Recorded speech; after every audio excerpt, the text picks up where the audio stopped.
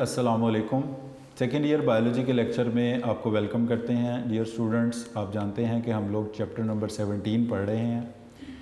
आज हम इस चैप्टर के लास्ट टॉपिक पर पहुंच गए हैं, जो कि है टाइप्स ऑफ लर्निंग। और इससे प्रीवियस लेक्चर में डियर स्टूडेंट हम कंपैरिजन इंस्टिंक्टिव बिहेवियर और लर्निंग बिहेवियर का डिस्कस कर चुके हैं। आज जो टॉपिक हम डिस्कस करने जा रहे हैं वो है टाइप्स ऑफ लर्निंग, और ये इस चैप्टर का लास्ट टॉपिक बनता है। डियर स्टूडेंट्स, डार्विन ने, थ्रॉप ने लर्निंग को ये डिफ़ाइन किया और उन्होंने 6 कैटेगरीज़ के अंदर लर्निंग बिहेवियर को डिवाइड किया। इसमें जो पहली लर्निंग की टाइप है, इसको हम बोलते हैं इम्प्रिंटिंग।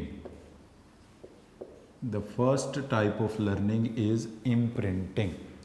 डियर स्टूडेंट, इस टॉपिक में आप देखेंगे कि ज़्यादातर हमें उस बिहेवियर की डेफिनेशन वगैरह थोड़ी सी लिखनी आनी चाहिए और उसकी एक एग्ज़ाम्पल। तो पहला जो हमारा बिहेवियर है ये है इम्प्रिंटिंग।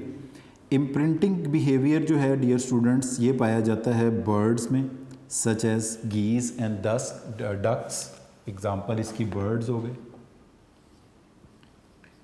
बर्ड्स, और बर्ड्स में डक्स एंड गीज़।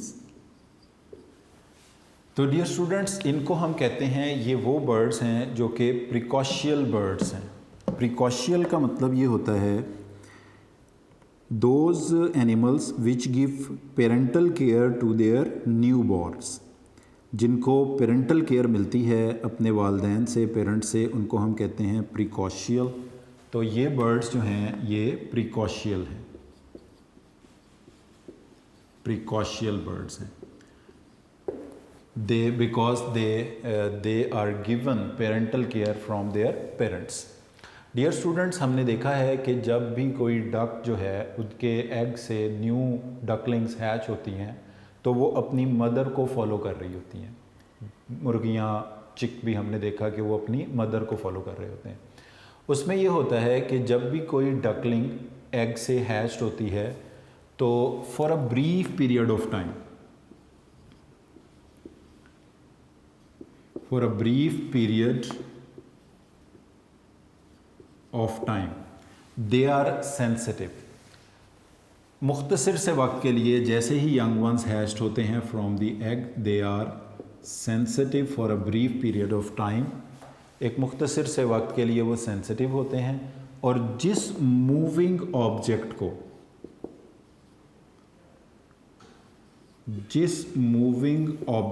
को वो देखते हैं उसका इमेज, मूविंग ऑब्जेक्ट का इमेज उनके माइंड में इम्प्रिंट हो जाता है, नक्श हो जाता है, और वो उस मूविंग ऑब्जेक्ट को के पीछे पीछे मूव करते हैं, उसको फॉलो करते हैं। तो डियर स्टूडेंट, हमने ये देखा है कि डक में, मुर्गी में चिक जो होते हैं, न्यू बॉर्न्स जो होते हैं, वो क्या करते हैं, जब अंडे से बच्चे निकलते हैं तो अंडर नेचुरल कंडीशन सबसे पहले वो जिस चीज़ को देखते हैं वो उनकी मदर है, और उनकी मदर का जो इमेज है वो उनके माइंड में इम्प्रिंट हो जाता है, नक्श हो जाता है, और वो उस इमेज को फॉलो करते हैं। वो मदर उनकी जहाँ जहाँ मूव करेगी वो उनके साथ साथ पीछे पीछे मूव करेंगे। तो डियर स्टूडेंट, इस बिहेवियर को कहा जाता है इम्प्रिंटिंग बिहेवियर। अगर हम ऐसा करें कि जब कोई न्यू बॉर्न हैच्ड होने वाले हों फ्रॉम द एग, अगर उनके करीब कोई इनएनिमेट ऑब्जेक्ट प्लेस कर दें, इनएनिमेट का मतलब है नॉन लिविंग, मतलब नेचुरली तो उनकी मदर होती है उन एग के करीब, अगर उनकी मदर को रिप्लेस कर दिया जाए किसी इनएनिमेट नॉन लिविंग चीज़ के साथ, जैसे ही यंग वंस एग से हैच्ड होंगे वो उस नॉन लिविंग मूविंग ऑब्जेक्ट को देखेंगे और उसका इमेज उनके माइंड के अंदर इम्प्रिंट हो जाएगा, और वो उस इनएनिमेट ऑब्जेक्ट को ही फॉलो करना शुरू कर देंगे। तो डियर स्टूडेंट, इस टाइप ऑफ बिहेवियर को कहा जाता है इम्प्रिंटिंग। तो इम्प्रिंटिंग बिहेवियर डियर स्टूडेंट्स उन एनिमल्स में पाया जाता है विच हैव पेरेंटल केयर्स, जिनको पेरेंटल केयर मिलती है। इस तरह के बर्ड्स को प्रिकॉशियल बर्ड्स कहा जाता है। इसकी एग्जांपल में डक्स एंड गीज़ आते हैं, और इसमें जिस मूविंग ऑब्जेक्ट को वो एनिमल देखता है उसके पीछे चलना शुरू कर देता है, उसको फॉलो करना शुरू कर देता है। इस बिहेवियर को कहा जाता है इम्प्रिंटिंग। अब इसमें अंडर नेचुरल कंडीशन जब कोई young one new born hatched होता है फ्रॉम द एग, वो नेचुरल कंडीशन में अपनी मदर को देखता है और वो अपनी मदर को फॉलो करता है। अगर आप किसी इनएनिमेट ऑब्जेक्ट को प्लेस कर देंगे वो उसको फॉलो कर सकता है। तो डियर स्टूडेंट, इस बिहेवियर को कहा जाता है इम्प्रिंटिंग। तो इम्प्रिंटिंग के बाद जो नेक्स्ट टाइप हमारे पास बिहेवियर की आ रही है उसको कहा जाएगा हैबिचुएशन। हैबिचुएशन डियर स्टूडेंट, नाम से पता चल रहा है कि हैबिचुएशन का मतलब है किसी चीज़ का आदी हो जाना, हैबिचुअल हो जाना, आदी हो जाना, यूज्ड टू हो जाना। तो इसमें ये होता है कि हैबिचुएशन का मतलब ये है कि अगर एक ही stimulus again and again repeat हो रहा है तो इसके नतीजे में वो ऑर्गेनिज्म उसको रिस्पॉन्ड करना छोड़ देता है। तो हम कहते हैं लॉस ऑफ रिसेप्टिविटी। रिसेप्टिविटी का मतलब ये है कि ऑर्गेनिज्म का स्टिमुलस को रिसीव करना और उसको रिस्पॉन्ड करना, इसको कहते हैं रिसेप्टिविटी। तो loss of receptivity due to repetition of same stimuli, इसको कहा जाएगा हैबिचुएशन। डियर स्टूडेंट, इसकी हम एग्जांपल लेते हैं। नंबर 1 एग्जांपल है crawling of a snail, crawling of a snail on glass sheet. एक शीशे के ऊपर अगर ग्लास शीट के ऊपर एक स्नेल जो है वो क्रॉलिंग कर रहा है, रेंग रहा है, आप उस ग्लास शीट को थोड़ा सा टैप कर दें तो आप देखेंगे कि वो स्नेल क्या करेगा, अपने बॉडी पार्ट को रिट्रैक्ट करके शेल के अंदर हाइड कर लेगा, छुप जाएगा। कुछ वक्फे के बाद, कुछ पॉज के बाद वो फिर अपनी बॉडी पार्ट को शेल से निकालेगा, फिर क्रॉलिंग स्टार्ट कर देगा कि वो समझेगा कि आप कोई डेंजर नहीं है। अब इसी तरह आप फिर से उस ग्लास शीट को थोड़ा सा टैप कर दें, उसको थोड़ा सा, वो उसको डेंजर समझ के फिर रिट्रैक्ट करके शेल में चला जाएगा, फिर कुछ पॉज के बाद क्रॉल। अब यही काम आप अगेन एंड अगेन करते जाएं। एक टाइम आएगा कि आप जितना मर्जी ग्लास शीट को टैप करें, स्नेल जो है वो क्रॉलिंग स्टॉप नहीं करेगा, ना अपने शेल के अंदर रिट्रैक्ट करके ख़ुद को हाइड करेगा। अब हुआ ये कि आपने जब उसको ग्लास शीट को टैप किया तो स्नेल ने फील किया कि कोई डेंजर जो है वो आ रहा है, और डेंजर से बचने के लिए वो शेल के अंदर छुप गया, रिट्रैक्ट हो गया, क्रॉलिंग रुक गई। अब जब फिर दोबारा उसने क्रॉलिंग स्टार्ट की तो फिर दोबारा ग्लास शीट टैप हुई और उसने समझा कि कोई डेंजर है। मगर again and again glass sheet के टैप होने से और कोई नुकसान ना होने की वजह से उसने ये सोच लिया कि अब ये जो tapping of the glass sheet है ये उसके लिए कोई डेंजरस स्टिमुलस नहीं है, और उसने उसको रिस्पॉन्ड करना छोड़ दिया। तो loss of receptivity due to the repetition of a same और पार्टिकुलर स्टिमुलाई, इसको हम नाम देते हैं हैबिचुएशन का। डियर स्टूडेंट, हैबिचुएशन का बेनिफिट है, एक तो ये सिंपलेस्ट फॉर्म ऑफ लर्निंग है, और हैबिचुएशन का बेनिफिट ये है कि बहुत सारे ऐसे चीज़ें हैं जो अनयूज़फुल होती हैं हमारी लाइफ में, और उनकी वजह से एनर्जी जो है वो वेस्ट हो सकती है, ज़ाया हो सकती है उनके ऊपर, अगर आप गैर ज़रूरी गैर अहम चीज़ों की तरफ तवज्जो करके रखेंगे, कंसंट्रेट करेंगे। ये बिल्कुल डियर स्टूडेंट ऐसा ही है कि जैसा पहली बार जब आप गाड़ी चलाना सीखते हैं तो गाड़ी के एक्सेलरेटर है, स्टीयरिंग है, गियर चेंजिंग है, उसका back view mirror, side view mirror, कितनी चीज़ें हैं जिसकी तरफ आपको कंसंट्रेट करना पड़ता है, और इसमें बहुत ज़्यादा एनर्जी जो है ना वो एक्सपेंड होती है। जब आप यूज़ टू हो जाते हैं अगेन एंड अगेन गाड़ी ड्राइव करने के, तो अब आपकी उतने ज़्यादा आपको कंसंट्रेट नहीं करना पड़ता मिरर्स के ऊपर, एक्सेलरेटर, ब्रेक और इन सिस्टम के ऊपर, गियर चेंजिंग के ऊपर। तो आप क्या होता है, आप गाड़ी ड्राइव कर करके उसके हैबिचुअल हो जाते हैं। तो इसी तरह ज़िंदगी के अंदर जो भी काम आप शुरू करते हैं नया, आपको शुरू में उसके ऊपर मुश्किल नज़र आती है, बट बाय द टाइम वो आपके लिए ईजी हो जाता है। तो ये जो ईजी हो जाना चीज़ों का, ये हैबिचुएशन है। ईजी होने का मतलब ये है कि हमें उसकी तरफ कम तवज्जो करनी पड़ती है, हमारी कम एनर्जी ड्रेन होती है उसमें, गैर ज़रूरी गैर अहम चीज़ों में कम एनर्जी वेस्ट होती है। इसी तरह डियर स्टूडेंट, इसकी एक और एग्जांपल दी हुई है रोडेंट्स की। जो रोडेंट्स होते हैं ये ऐसे एनिमल्स होते हैं जो हमेशा ग्रुप्स की फॉर्म में, हर्ड्स की फॉर्म में रहते हैं। तो इन रोडेंट्स में से अगर कोई एनिमल देखता है कि कोई डेंजर है, कोई ख़तरा है, तो वो एक अलार्म कॉल देता है। अब उस अलार्म कॉल को सुन के उसके बाकी तमाम साथी जो हैं वो ख़ुद को बचा लेते हैं या सेफ़ प्लेस तक मूव कर जाते हैं। अब अगर ऐसा होता है कि हर्ड ऑफ दी जो रॉडेंट्स है उसमें कोई अलार्म कॉल आती है और उसके नतीजे में कोई ख़तरा नहीं आता, जैसे वो एक स्टोरी मशहूर है कि वो एक बच्चा आवाज़ें लगाता था कि शेर आ गया, शेर आ गया, फिर लोग उसे बचाने आते थे, वो उनका मजाक बनाता था। तो ऐसे वो बार बार करते करते एक दफ़ा असल में शेर आ जाता है। तो बेसिकली ये है कि जब वो अलार्म कॉल देता है तो लोग उसको रिस्पॉन्ड करते हैं मगर कोई डेंजर नहीं आता। फिर अलार्म कॉल देता है, फिर जब वो बार बार यही अमल रिपीट होता जाता है तो असल में भी अगर अलार्म कॉल दी जाए और कोई ख़तरे के लिए अपनी मदद के लिए बुलाया जाएगा तो लोग समझते हैं कि ये उसको रिसीव करना, उसको रिस्पॉन्ड करना, उस स्टिमुलाई को लोग छोड़ देते हैं। तो ये लॉस ऑफ रिसेप्टिविटी में आएगा, जो कि किसकी कौन सी लर्निंग की टाइप है, हैबिचुएशन। तो डियर स्टूडेंट, सबसे पहले आप इसको डिफ़ाइन करेंगे कि हैबिचुएशन जो है वो एक सिंपलेस्ट फॉर्म ऑफ लर्निंग है और इसमें modification of behaviour through a diminishing of response, यानी आहिस्ता आहिस्ता वो जो रिपीटेड स्टिमुलाई है उसको वो रिस्पॉन्ड कम कम कम कम होते होते बिल्कुल ख़त्म हो जाएगा, इसको कहते हैं डिमिनिशन। और loss of receptivity due to repetition of the same a particular stimuli, इस पर ड्रेनेज ऑफ एनर्जी यानी एनर्जी ज़ाया होने से बच जाते हैं गैर अहम कामों के लिए। और इसमें ये क्रॉलिंग ऑफ स्नेल और अलार्म कॉल फ्रॉम द रॉडेंट्स, ये दो एग्जांपल्स आप इसके अंदर लिख सकते हैं।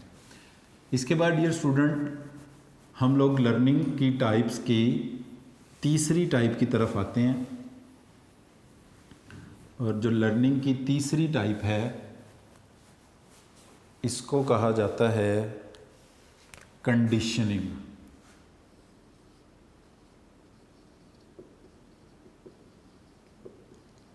कंडीशनिंग या इसको हम कहते हैं कंडीशन्ड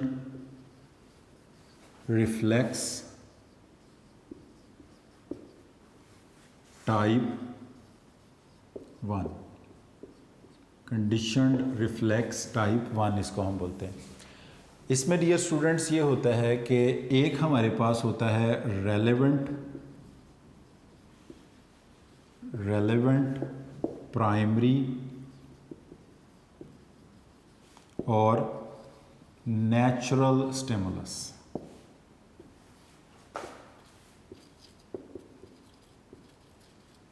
और दूसरा हमारे पास होता है इररेलेवेंट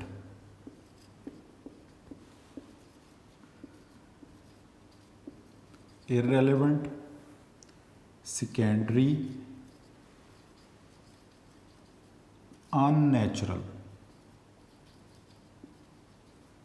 अननेचुरल स्टिमुलस। एक हमारे पास रेलेवेंट स्टिमुलस है, प्राइमरी स्टिमुलस है, नेचुरल स्टिमुलस है। जब हम इन दोनों स्टिमुलस को आपस में पेयर्ड कर देते हैं, इकट्ठा कर देते हैं, तो वो रिस्पॉन्स जो ऑर्गेनिज्म किसी नेचुरल रेलेवेंट प्राइमरी स्टिमुलस को शो करता है वही रिस्पॉन्स ऑर्गेनिज्म इररेलेवेंट सेकेंडरी और अननेचुरल स्टिमुलस को करना शुरू कर देता है। इस कंडीशन को हम नाम देते हैं कंडीशनिंग और कंडीशन रिफ्लेक्स टाइप 1। जैसे बुक में डिफाइन किया गया, pairing of an irrelevant unnatural secondary stimulus with natural or primary stimulus elicits an automatic or same response. This is known as conditioning. अब पे वॉल्फ ने इसको एक्सप्लेन किया है, उसमें salivation of dog on ringing of bell, एक dog का saliva secrete करना on the ringing of bell, ये इसकी एग्जांपल है। डियर स्टूडेंट, अब हम ये देखते हैं कि जब किसी डॉग को फूड प्रोवाइड की जाएगी, वो फूड को देखेगा, स्मेल करेगा, टेस्ट करेगा, तो स्लाइवा सिक्रीट होगा उसकी ओरल कैविटी में। अब जो साइट ऑफ द फूड है, स्मेल ऑफ द फूड है, टेस्ट ऑफ द फूड है, ये सारे हैं रेलेवेंट स्टिमुलस। फूड से रिलेटेड कुछ भी, साइट, फूड को देखना, स्मेल करना, टेस्ट करना, ये सारे रेलेवेंट स्टिमुलस हैं। तो जब कोई डॉग फूड को देखता है स्मेल करता है, टेस्ट करता है, relevant stimulus, primary stimulus, natural stimulus receive होता है and the dog start secreting saliva. अब अगर आप ऐसा कर दें कि रिंगिंग ऑफ बेल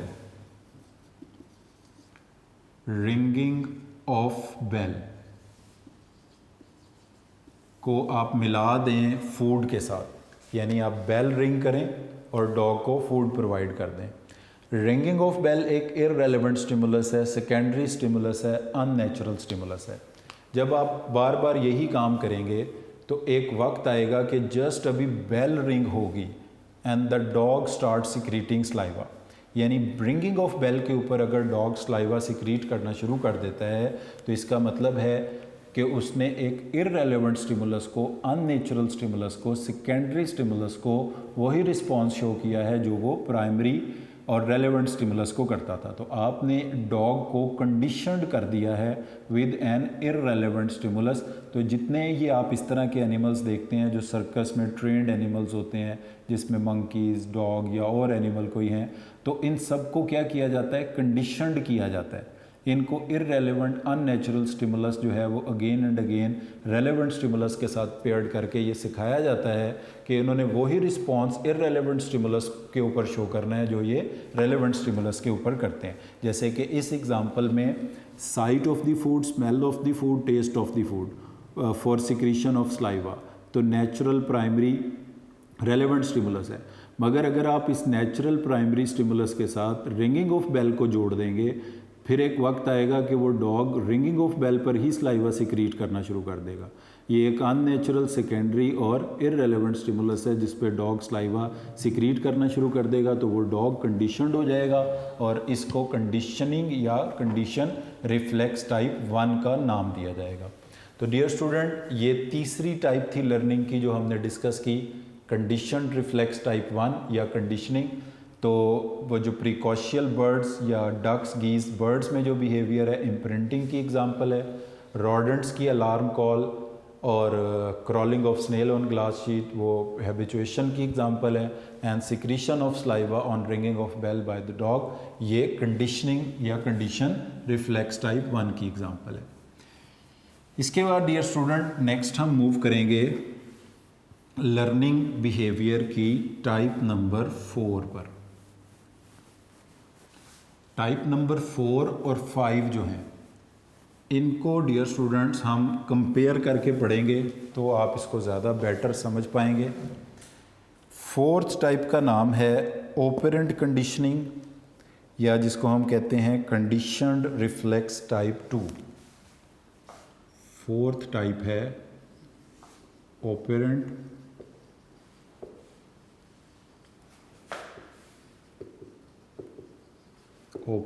कंडीशनिंग और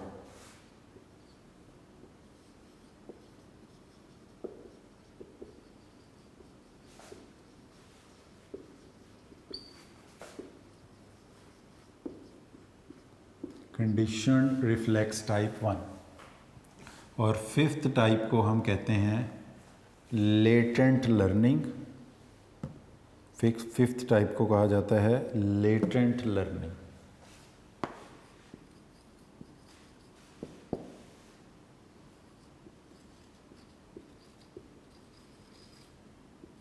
latent learning dear student one by one discuss करते हैं इनको। सबसे पहले नंबर पर आता है ऑपरेंट कंडीशनिंग। ऑपरेंट कंडीशनिंग को कंडीशन रिफ्लेक्स टाइप 2 भी कहा जाता है, इसको ट्रायल एंड एरर लर्निंग भी कहा जाता है, एक और नाम भी है इसका trial and error learning. Trial and error learning भी इसको कहा जाता है। तो डियर स्टूडेंट अब हम इसकी एग्जांपल के साथ इसको देखते हैं कि this type of learning behaviour इसको डिमॉन्स्ट्रेट किया है थॉर्नडिक और B.F. स्किनर ने, जो कि हार्वर्ड साइकोलॉजिस्ट हैं। अंडर नेचुरल कंडीशन ये कहते हैं कि achievement of a particular goal, किसी ख़ास चीज़ को हासिल करना जो है, is the reward that directs random activities into a behavioural pattern. यानी कोई मतलब रैंडम एक्टिविटीज़ आप परफॉर्म कर रहे हैं और उन रैंडम एक्टिविटीज़ के नतीजे में आप कोई पर्टिकुलर अचीवमेंट कर लेते हैं, तो तो वो जो रैंडम एक्टिविटीज़ हैं वो ट्रांसफॉर्म हो जाएंगी into a specific behavioural pattern. अब इसकी हम एक एग्ज़ाम्पल लेते हैं कि ये हमारे पास एक मेज़ है। मेज़ डियर स्टूडेंट बोलते हैं हम MEZE मेज़, भूल भुलैया जिसे हम बोलते हैं, कि इसके अंदर मुख्तलिफ़ रास्ते हैं जो सारे के सारे एक दूसरे के साथ इंटरकनेक्टेड हैं। तो इसमें अगर आप एक रास्ते से निकलते हैं दूसरे रास्ते में फंस जाते हैं, इस तरह से all these pathways are interconnected. ये सारे के सारे रास्ते जो हैं वो इंटरलिंक्ड हैं, इंटरकनेक्टेड हैं, और इनमें कोई एक पाथवे है जो एस्केप करने के लिए मौजूद है। तो इसके अंदर अगर आप किसी एनिमल को रन करवाते हैं तो एनिमल अब इसके अंदर रैंडमली मूव कर रहा है। एक केज है, ऐसा एक बना लें जिसको केज यानी मेज़ की शक्ल के अंदर है, उसके अंदर किसी रैट, कैट या किसी एनिमल को आप छोड़ देते हैं। अब वो एनिमल उसके अंदर भाग रहा है दाएं बाएं, वो एक रास्ते से निकलता है फिर इधर आ जाता है। जैसे ये एनिमल यहाँ से मूव किया, इधर आ गया, फिर इधर आ गया, फिर इधर आ गया, फिर इधर चला गया, फिर इधर। अब ये उसकी रैंडम एक्टिविटीज़ थी। अब हो सकता है वो इधर ही कितने चक्कर लगाता रहे, मगर इन रैंडम एक्टिविटीज़ के दौरान अगर वो किसी वक्त इस पाथवे में पहुंच जाता है और वो यहाँ पर आ जाता है, अब यहाँ पर आकर उसको मिला है रिवॉर्ड, उसको कोई इंसेंटिव मिला है, कोई प्रॉफिट हुआ है, यानी कोई अचीवमेंट हुई है। अब ये रिवॉर्ड फ्रीडम की शक्ल में हो सकता है कि वो केज से बाहर आ गया, या कोई उसका चॉइस पीस ऑफ फूड यहाँ पर पड़ा हो सकता है, कोई उसकी पसंद की खुराक यहाँ पर पड़ी हो सकती है जो उसको मिल गई। तो when you put a rat और माउस इन द मेज़, तो उसकी वो जो रैंडम वैंडरिंग है, कोई नॉन डायरेक्शनल एक्टिविटीज़ हैं, रैंडम एक्टिविटीज़ हैं, तो उस रनिंग के दौरान अगर उसको फ्रीडम मिल जाता है, एस्केप मिल जाता है, या चॉइस पीस ऑफ फूड मिल जाता है, ये उसके लिए कहलाएगा रिवॉर्ड। अब नेक्स्ट टाइम आप फिर उस रैट को, एनिमल को इसी मेज़ के अंदर रन करें तो आप देखेंगे कि वो पहले से जल्दी उस फूड या एस्केपिंग गेट तक पहुंच जाएगा। फिर तीसरी बार, फिर चौथी बार, इस तरह आप उसको प्लेस करते हैं। There will be a time जब आप अगेन एंड अगेन उसको प्लेस करते रहेंगे तो सबसे शॉर्टेस्ट रूट यूज़ करके वो एनिमल जो होगा डायरेक्टली इस डोर तक या इस चॉइस पीस ऑफ फूड तक पहुंच जाएगा। यानी अब हुआ क्या कि जो नॉन रैंडम मतलब जो रैंडम एक्टिविटीज़ थी, नॉन डायरेक्शनल एक्टिविटीज़ थी, यानी पहली बार जब वो रन कर रहा था इसके अंदर तो उसको ये नहीं पता था कि उसको इसके नतीजे में, इन मूवमेंट्स के नतीजे में फूड मिलेगी या उसको कोई एस्केप मिलेगा, रिवॉर्ड मिलेगा। मगर जब उसको रैंडम एक्टिविटीज़ के नतीजे में कोई रिवॉर्ड मिला, कोई उसको इंसेंटिव मिला, तो वो उसकी रैंडम एक्टिविटीज़ एक बिहेवियर में चेंज हो गई। अब उसके बाद वो दूसरी बार पहले से जल्दी, तीसरी बार और जल्दी, जो एक वक्त आया कि आपने उसको मेज़ में रखेंगे, वो डायरेक्ट फूड तक ही पहुंचेगा, डायरेक्ट इंसेंटिव रिवॉर्ड तक ही पहुंचेगा। तो इस तरह की जो बिहेवियर्स होते हैं, जो होते किस काम के लिए, to achieve the particular reward, particular goal, particular incentive, जो आपकी रैंडम एक्टिविटीज़ हैं वो किसी बिहेवियरल पैटर्न में चेंज हो जाएं, तो इसको नाम दिया जाता है ऑपरेंट कंडीशनिंग का, या कंडीशन रिफ्लेक्स टाइप 1 इसको कहते हैं। तो इसको ट्रायल एंड एरर लर्निंग भी कहा जाता है। उसके बाद दूसरी टाइप पर आते हैं डियर स्टूडेंट, लेटेंट लर्निंग। अब लेटेंट लर्निंग को हम इसी के साथ एसोसिएट करके पढ़ेंगे, as the association of indifferent situation और सिचुएशन विदाउट पेटेंट रिवॉर्ड। यानी एक तो है ना कि to get some reward, to get some achievement, किसी चीज़ को हासिल करने के लिए जो है रैंडम एक्टिविटीज़ का बिहेवियरल पैटर्न में चेंज होना, ये तो कहलाता है ऑपरेंट कंडीशनिंग। अब जो लेटेंट लर्निंग है ये है विदाउट एनी पेटेंट रिवॉर्ड, इसमें कोई पेटेंट रिवॉर्ड शामिल नहीं है। विदाउट एनी इंसेंटिव और रिवॉर्ड, वो लर्निंग जो बगैर किसी रिवॉर्ड के है, बगैर किसी इंसेंटिव के है, इसको कहा जाता है लेटेंट लर्निंग का नाम दिया जाता है। यानी इसी एग्जांपल को, अगर जो रैट को आपने मेज़ में पुट किया है, इसको अगर आप देखें, जो उसकी फर्स्ट टाइम के बाद जितनी भी अचीवमेंट है, सेकंड, थर्ड, फोर्थ ऑनवर्ड, जिसका टाइम कम होता जा रहा है, वो इंसेंटिव के लिए हैं, वो रिवॉर्ड के लिए हैं।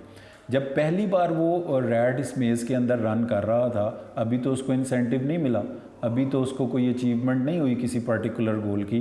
डेफिनेटली उसने फर्स्ट टाइम जो रैंडम एक्टिविटीज़ के दौरान मूव कर रहा था उस दौरान भी कुछ सीखा है। जो उसने उस दौरान सीखा है वो कहलाएगा उसका लेटेंट लर्निंग।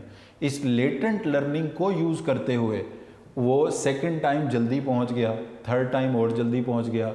फिर उसने लेटेंट लर्निंग को यूज़ करके कौन सी लर्निंग डेवलप की है? ऑपरेंट लर्निंग या ऑपरेंट कंडीशनिंग डेवलप की है। तो डियर स्टूडेंट, यहाँ पर हमारी 5 टाइप्स जो हैं वो लर्निंग की कंप्लीट हो गई। एक टाइप हमारी लर्निंग की रह गई और उसको वो लास्ट टाइप है, उसको कहा जाता है insight learning.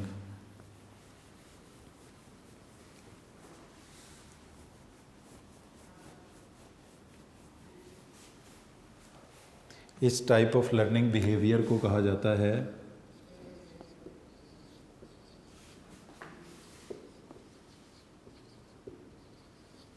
Insight learning. Insight learning dear student depend करती है लॉजिक पे, रीजनिंग पे। अब इसकी एग्जांपल में हम लेंगे कि ये जो हायर एनिमल्स होते हैं, प्राइमेट्स ऑर्डर का नाम है, ये उनमें पाई जाती है, जिसमें ह्यूमन बीइंग भी आते हैं, चिंपैंजी, मंकी, ये इसमें शामिल होते हैं। तो अगर आप एक चिंपैंजी को बड़े हॉल के अंदर छोड़ देते हैं और उसमें कुछ भी एम्प्टी हॉल है, यानी खाली बिल्कुल वेकेंट सारी चीज़ है, और उसकी जो पसंद की खुराक है वो आप छत के साथ लटका देते हैं, चॉइस पीस ऑफ फूड जो है उसका वो सीलिंग के साथ, बनाना, बंच ऑफ बनाना जो है वो आप हैंग कर देते हैं विद द सीलिंग। अब अपेरेंटली वो मंकी जो, ये चिंपैंजी जो है उसका साइज़ छोटा है, वो उस छत तक नहीं पहुंच सकता। डियर स्टूडेंट, इनसाइट लर्निंग जो है हमने देखा कि ये डिपेंड करती है लॉजिक पे, रीजनिंग पे, आपकी थिंकिंग के ऊपर, इमेजिनेशन के ऊपर। आप अपने पुराने एक्सपीरियंसेस को, प्रीवियस एक्सपीरियंसेस को, प्रीवियस शेप्स को अपने माइंड में इकट्ठा करके प्रेजेंट सिचुएशन के ऊपर उसको फोरकास्ट करते हैं, उसको अप्लाई करते हैं और आप चीज़ों का सॉल्यूशन फाइंड आउट करते हैं। जैसे हमने कहा कि इनसाइट लर्निंग जो है, इनसाइट लर्निंग ये लर्निंग की हाईएस्ट फॉर्म है और ये डिपेंड करती है लॉजिक पे, रीजनिंग पे, लॉजिक, रीजनिंग पे। तो इनसाइट लर्निंग हाईएस्ट एनिमल्स के ग्रुप्स में डेवलप होती है, बड़े इंटेलिजेंट मैमल्स में, जिसको हम बोलते हैं प्राइमेट्स। ये इनका ऑर्डर है जिसमें ह्यूमन बीइंग भी शामिल हैं, चिंपैंजी, मंकी, इस तरह के एनिमल्स जो हैं वो इसमें शामिल हैं। अब इसमें अगर हम एक एग्ज़ाम्पल लें जो हमारी बुक में डिस्कस की हुई है कि एक बड़े हॉल के अंदर, बड़े रूम के अंदर अगर एक चिंपैंजी को छोड़ दिया जाए और बहुत ज़्यादा हाइट के ऊपर उसका चॉइस पीस ऑफ फूड जो है, जैसे बंच ऑफ बनाना, उसको सीलिंग के साथ हैंग कर दिया जाए और अपेरेंटली जो चिंपैंजी है वो सीलिंग तक नहीं पहुंच सकता, बंच ऑफ बनाना तक नहीं पहुंच सकता, और छोटे बड़े साइज़ के, मुख्तलिफ़ साइज़ के जो बॉक्सेस हैं वो वहाँ पर प्लेस कर दिए गए। तो आप देखेंगे कि कुछ वक्त में चिंपैंजी क्या करेगा, उस प्रेजेंट सिचुएशन को अपने जहन के अंदर मैनिपुलेट करेगा, फोरकास्ट करेगा। पहले बड़ा बॉक्स प्लेस करेगा, फिर उससे छोटा, फिर उससे छोटा, इस तरह बॉक्सेस को पाइल अप करके वो हाइट तक पहुंच जाएगा और चॉइस पीस ऑफ फूड को हासिल कर लेगा।